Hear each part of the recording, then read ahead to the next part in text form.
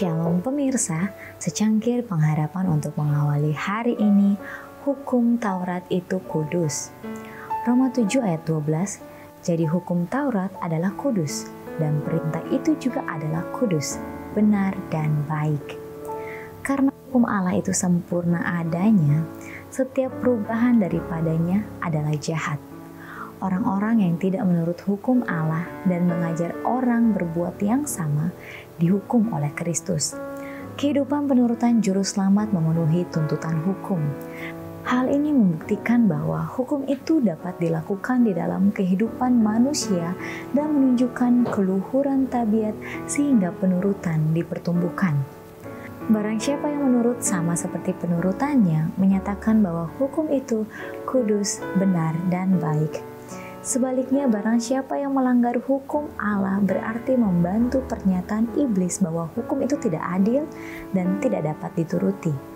Dengan demikian, mereka menguatkan penipuan pembohong besar itu dan melemparkan hinaan atas Allah. Mereka itu adalah anak-anak si jahat yang pertama-tama melawan hukum Allah. Memperkenankan mereka masuk surga berarti membawa masuk kembali unsur perpecahan dan pemberontakan dan membahayakan kesejahteraan semesta alam. Tidak seorang pun yang akan masuk kerajaan itu yang sengaja melanggar salah satu asas hukum Allah. Rabi-rabi menganggap kebenaran mereka sebagai surat izin masuk ke surga. Tetapi Yesus mengatakan bahwa itu tidak cukup dan tidak ada artinya.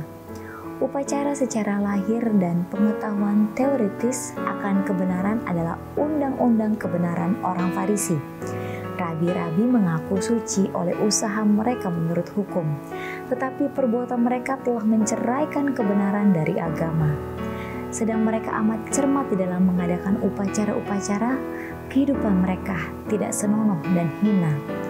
Apa yang disebut kebenaran mereka tidak dapat membawa masuk ke dalam kerajaan surga. Penipuan yang terbesar pikiran manusia pada zaman Kristus ialah hanya oleh menyetujui kebenaran yang mereka anggap sebagai kebenaran. Di dalam semua pengalaman umat manusia, satu pengetahuan teoritis saja tidak cukup untuk menyelamatkan jiwa. Itu tidak mengeluarkan buah-buah kebenaran.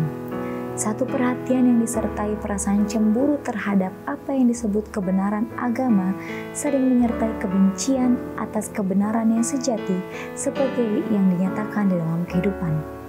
Pasal-pasal yang tergelap dalam sejarah dibebani dengan catatan-catatan perbuatan kejahatan yang dilakukan oleh orang-orang beragama yang sangat fanatik.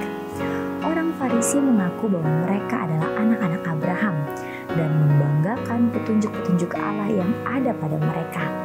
Meskipun demikian, keuntungan ini tidak melindungi mereka daripada mementingkan diri sendiri, permusuhan, loba, dan kemunafikan yang hina.